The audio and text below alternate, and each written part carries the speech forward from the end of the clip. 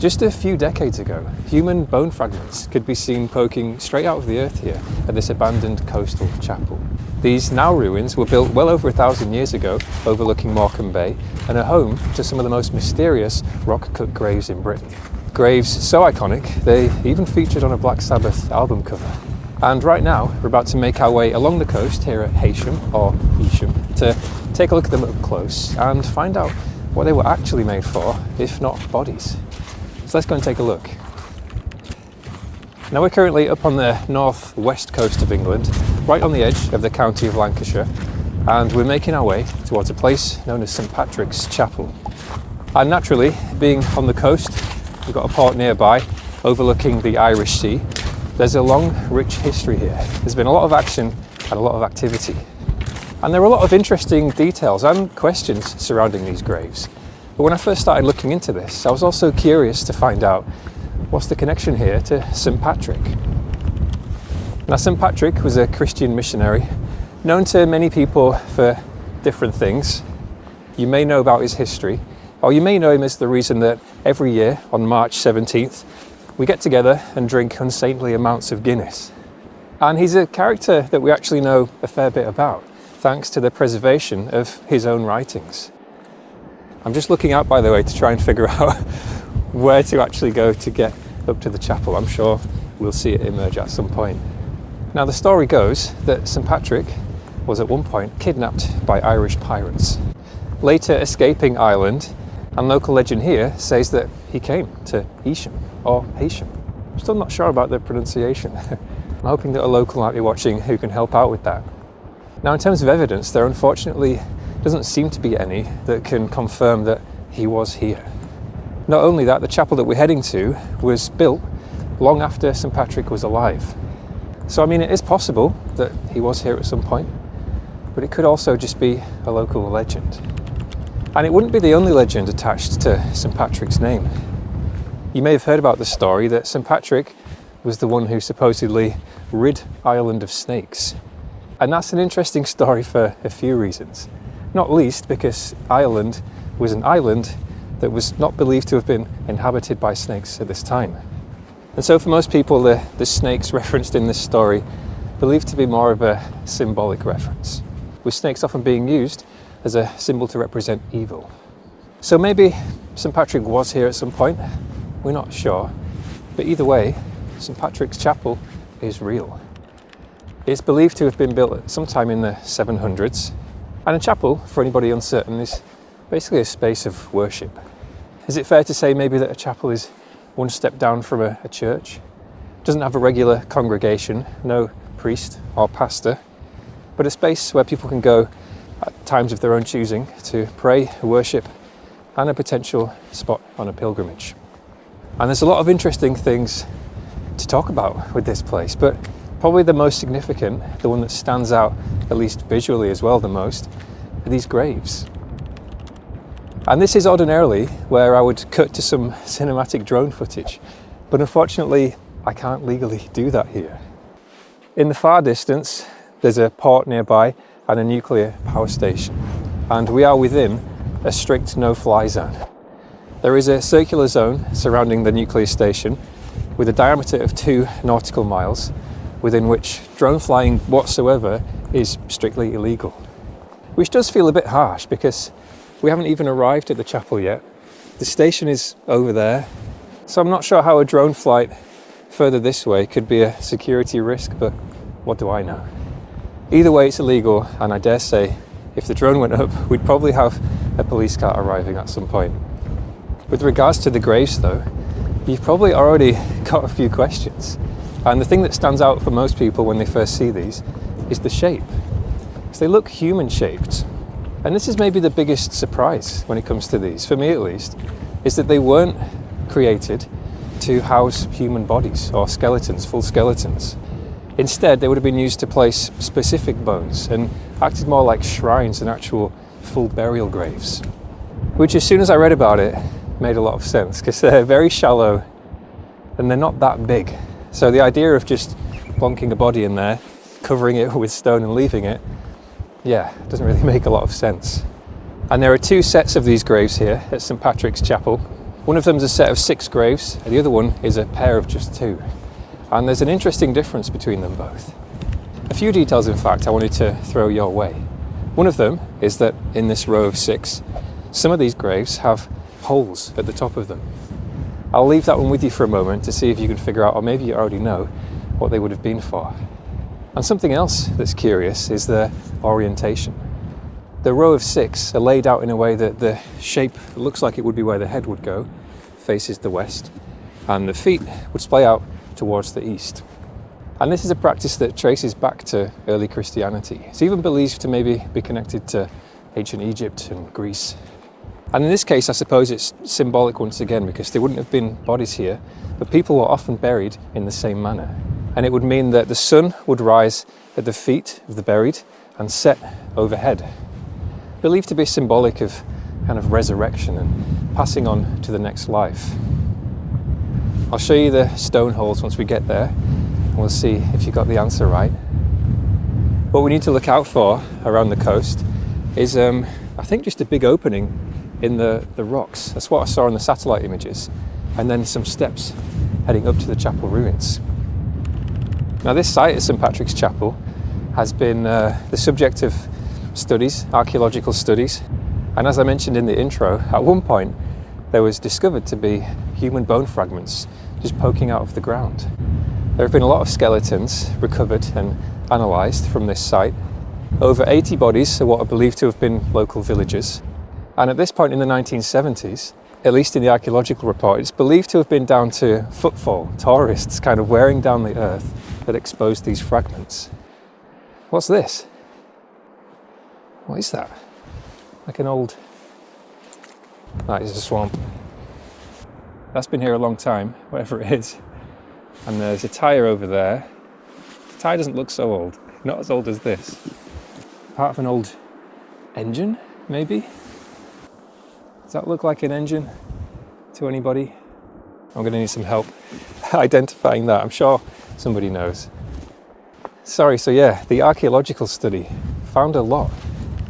There was even one woman who was discovered buried here alongside a comb that had been carved from cow bone.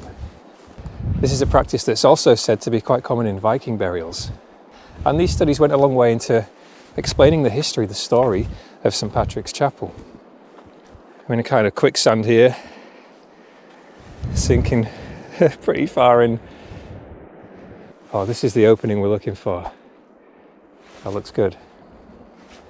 Now, in terms of those burials, they tell us something else as well. We know that over 80 bodies were discovered, just buried in the cemetery altogether. There are only 6 of these rock-cut graves, which means that they must have been reserved for some particularly special people. Maybe saints, or at minimum some pretty elite characters. All the skeletons that were excavated here were reburied in the neighbouring, we can see a small part of it there, graveyard at St Peter's Church, which is separated from St Patrick's Chapel by a few trees. It's very close by. And that does mean, for better or worse, that we're probably unlikely to see any bone fragments sticking out of the ground today. But who knows? Now here are the chapel ruins, up on the sides there. So there should be here, somewhere, some steps. Oh yeah, kind of a stair set here. A very crude set of rock stairs.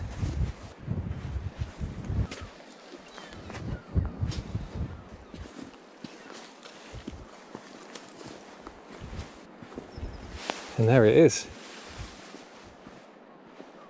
I think rather than climb up, I'll probably just take the footpath. Here we go. St Patrick's Chapel. Now the chapel itself was originally only 4 metres in length, but originally I think rebuilt to become double the size.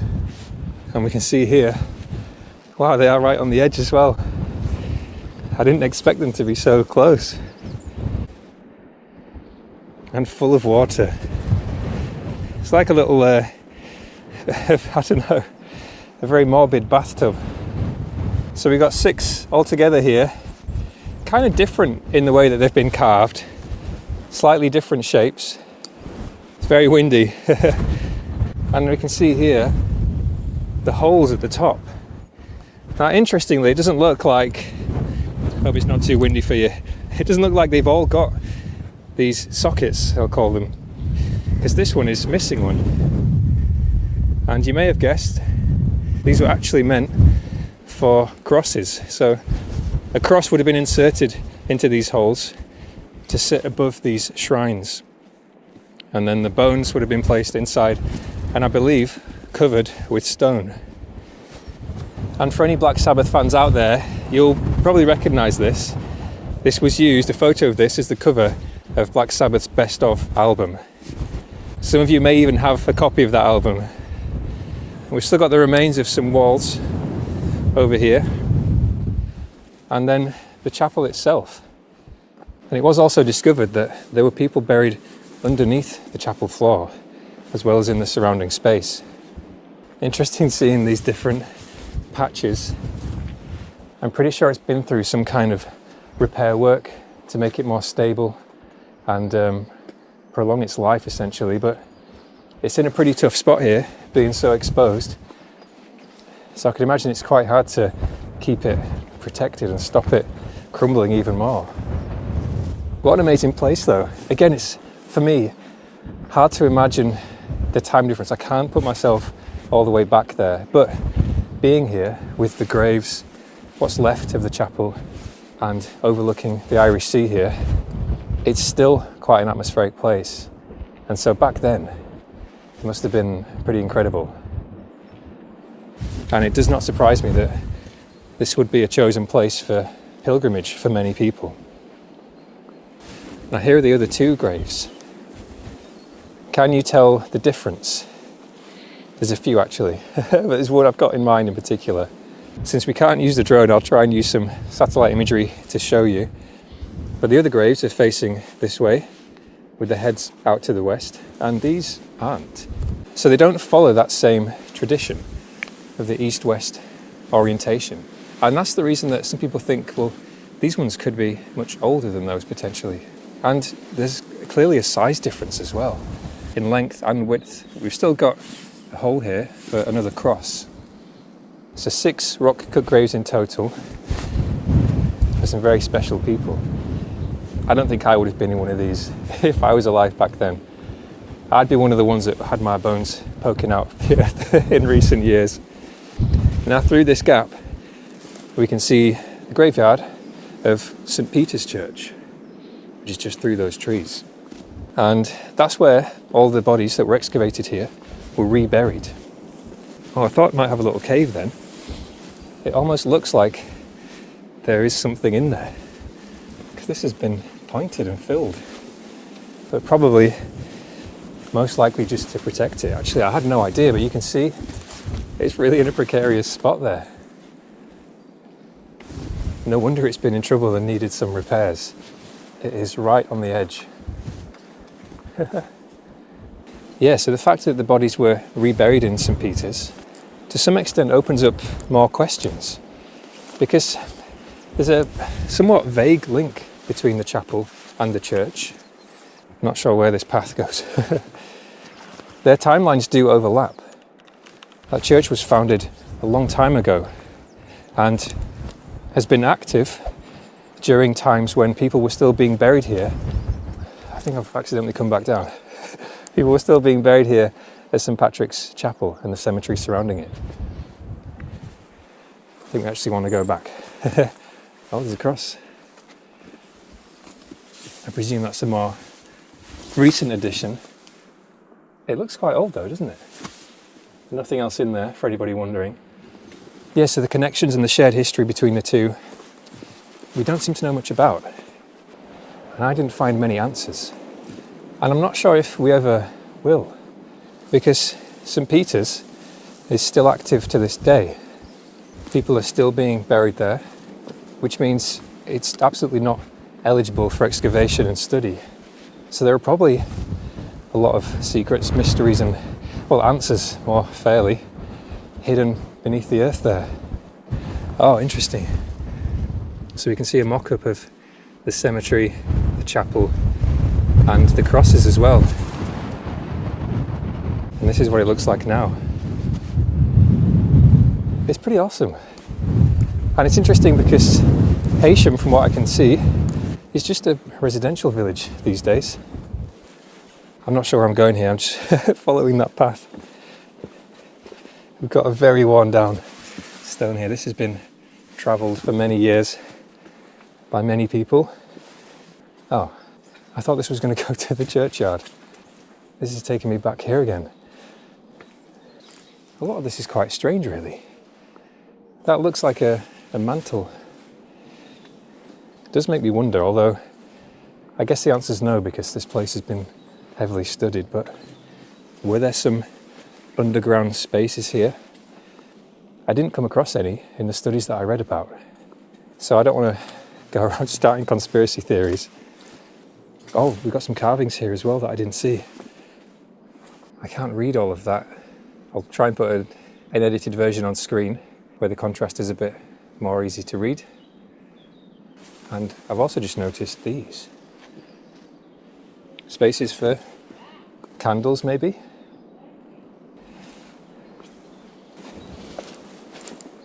Oh, there's loads of stuff here.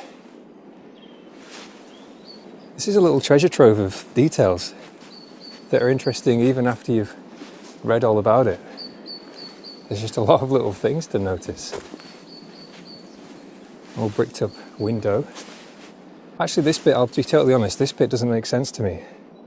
Because we saw the recreation of the chapel. So what was this for? And this fortified wall? Well, there's another hidden sign here. This doorway of undoubted Saxon work was discovered when the north wall of St. Peter's Church, Heysham, was taken down in 1864 for the addition of an aisle on that side. It was hidden by a massive buttress and was 5 feet from the northwest angle of the wall. Its threshold was 2 feet 5 inches below the floor of the present church. It was re-erected on this spot under the careful direction of the late Reverend John Royds, rector, every stone being placed in its original position. That explains a lot, because it seemed a bit out of place. And I'm pretty sure his name was carved into the stone up there as well.